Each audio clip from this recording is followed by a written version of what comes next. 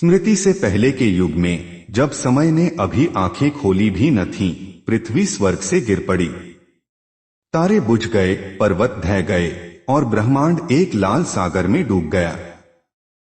अथाह गहराई से उठा हिरण्याक्ष, स्वर्ण गदा हाथ में, नेत्र अग्नि समा।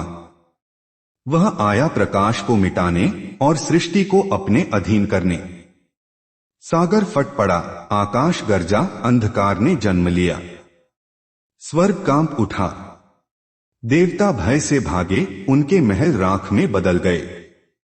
सोने के बादलों में चीखें गूंज उठीं, क्योंकि सृष्टि का संतुलन अब टूटने लगा था। कमल पर बैठे ब्रह्मा ने अपनी रचना को टूटते देखा। तारे बिखर गए, वेदों के अक्षर मिट गए। मौन के बीच ब्रह्मा के हृदय से नीली ज्योति निकली, वह था विष्णु। नमो नारायणाय की गूंज से शून्य भर गया। अंधकार में पहली बार फिर आशा का जन्म हुआ। ब्रह्मा की एक श्वास से जन्मी एक चिंगारी, जो सृष्टि की नई धड़कन बनी। उससे बने तारे, प्रकाश और जीवन का बीज। एक श्वास से आरंभ हुआ सृष्टि का पुनर्जन्म। वह चिंगारी रूप लेती गई, वराह के रूप में। क्षणों में वह ब्रह्मांड जितना विशाल हो गया, उसकी गर्जना से तारे कांप उठे। प्रकाश ने अंधकार को पहली बार चुनौती दी। देवताओं ने वराह को देखा, आंखों में आंसू, हृदय में आस्था। उन्होंने नतमस्तक होकर कहा, जय हो सृष्टि के रक्षक। भय मिट गया, आशा लौट आई। वराह ने दृष्टि डाली जहां पृथ्वी डूबी थी। एक गर्जना के साथ वे सागर में कूद पड़े, लहरें तारों सी बिखर गईं। वह उतरने लगे वहां जहां कोई देव भी नहीं गया। अंधकार के तल में भूदेवी बंदी थी, उसकी आंखों से आंसू झर रहे थे। उसकी पुकार वराह तक पहुंची और करुणा ने रूप लिया। सागर के तल में खोपड़ियों का नगर था, हिरण्याक्ष का राज्य। लावा की धाराएं उसके क्रोध को प्रतिबिंबित कर रही थीं।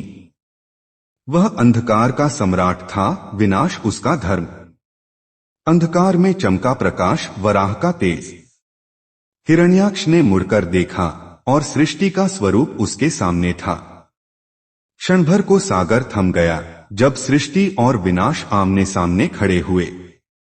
हिरण्याक्ष गर्जा, मैं हूं अंत का दूत। वराह बोला नहीं, बस उसकी दृष्टि में ब्रह्मांड का संकल्प था। जल सुलग उठा, युद्ध आरंभ हो चुका था। वराह ने कहा, तू अंत नहीं, अहंकार है। सागर में तूफान उठे, देवता निस्तब्ध थे। लहरें पर्वतों सी उठीं, बिजली ने जल को चीर दिया। वराह और हिरण्याक्ष टकराए, सृष्टि कांप उठी। वह युद्ध था, सृजन और विनाश की अंतिम परीक्षा।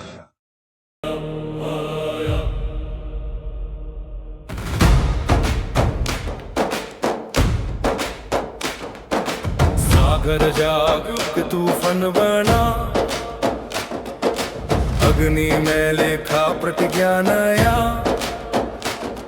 आकाश फटा, तारे जले,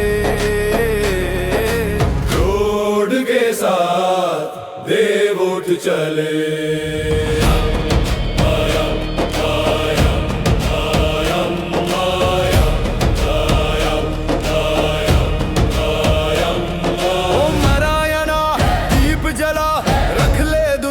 धर्म संभाला, उठ जल के नीचे से वीर, सत्या गूंजे मिटा अंधीर। हम है तूफान, हम बन तोड़, हम विनाश के हम ये जो, कोई रोशनी हमें ना रोक, हम ही पतन, हम ही शोर।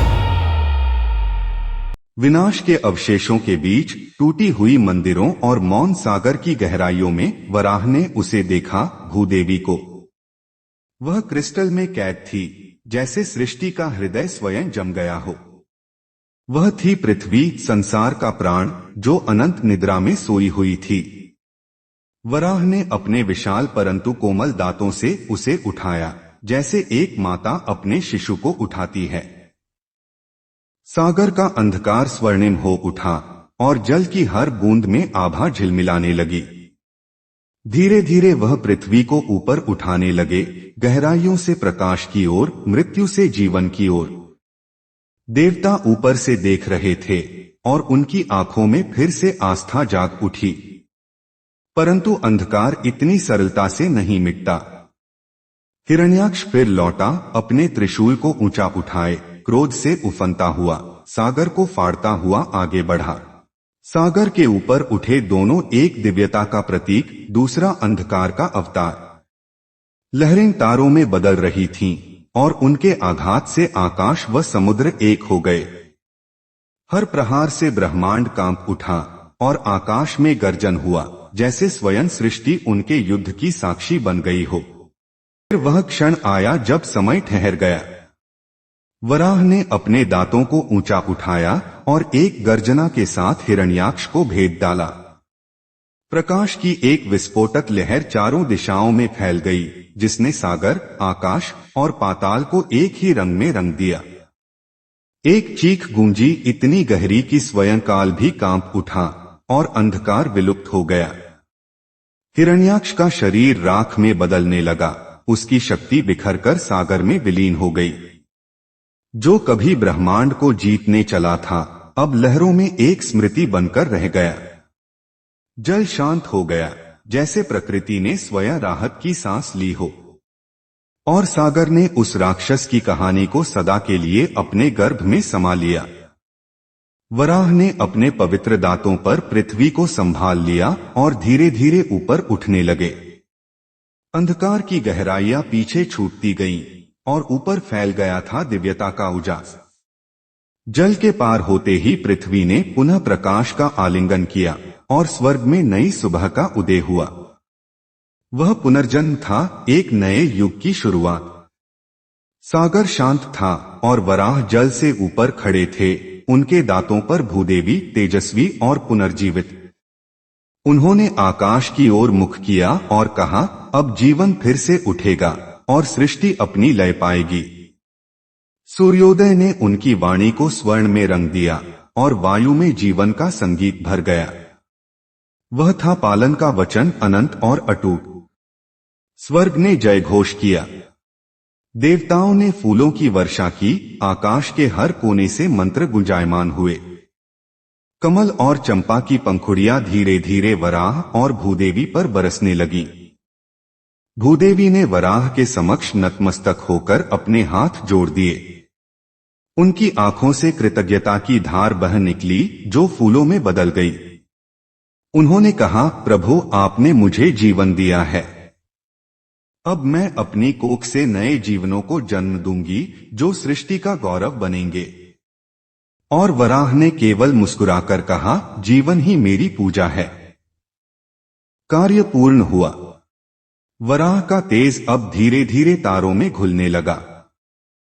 वराह का शरीर प्रकाश में बदल गया और उनकी उपस्थिति तारामंडलों में समा गई। ब्रह्मांड ने एक आह भरी, क्योंकि दिव्यता ने फिर से अपने घर वापसी की थी। वैकुंठ में अनंत शेष पर विराजमान विष्णु मुस्कुरा रहे थे। पृथ्वी पर नई किरणें पड़ी और मिट्टी में बीज अंकुरित होने लगे। नदियां बह निकलीं, पशु पक्षी लौट आए और पहाड़ों ने फिर से हरियाली ओढ़ ली। प्रत्येक कण में नवजीवन का संगीत गूंजने लगा। उन्होंने निर्णय लिया, हम इस संतुलन की रक्षा करेंगे जो वराह ने स्थापित किया है। स्वर्णमयी सभा में प्रकाश नृत्य कर रहा था और उनके हृदयों में एक ही प्रतिज्ञा थी, धर्म रहेगा तो सृष्टि रहेगी। भूदेवी ने भूमि को स्पर्श किया और जहां उनका स्पर्श हुआ वहां फूल खिल उठे। उन्होंने कहा, मेरी कोख से नए जीवन जन्म लेंगे, जो कृतज्ञता में रचेप से होंगे। हर वृक्ष, हर नदी, हर पर्वत में तुम्हारा आशीर्वाद होगा, प्रभु। और भूमि ने स्वयं उत्तर दिया, एक कोमल स्पंदन के रूप में। रात्रि के आकाश में तारों ने एक नया आकार धारण किया, वराह के दांतों का। वह बन गया धर्म का प्रतीक, स्मृति का चिन्ह। हर युग में जब संतुलन डगमगाएगा, यह नक्षत्र मनुष्यों को स्मरण कराएगा कि धर्म ही सृष्टि की श्वास है। समय बीतता गया और मनुष्यों का युग प्रारंभ हुआ। उन्होंने मंदिर बनाए, नगर बसाए, नदियों को पूज्य किया और वराह की कथा को गाया। युगों के परिवर्तन के साथ भी उनके हृदय में वह स्मृति अमर रही कि कभी एक देवता ने पृथ्वी को अपने दांतों पर उठा लिया था। संध्या के समय जब सागर की लहरें तट से टकराती हैं, एक गर्जना सी सुनाई देती है।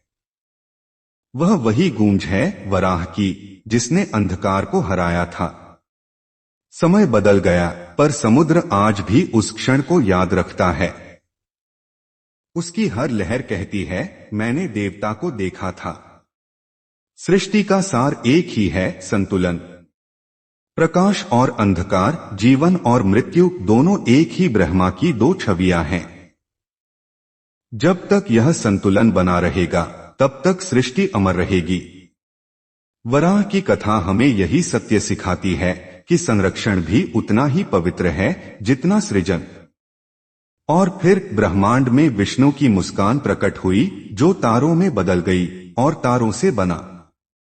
वह मुस्कान थी पूर्णता की, संतुलन की, प्रेम की। सृष्टि में शांति फैल गई और समय ने सिर झुका लिया।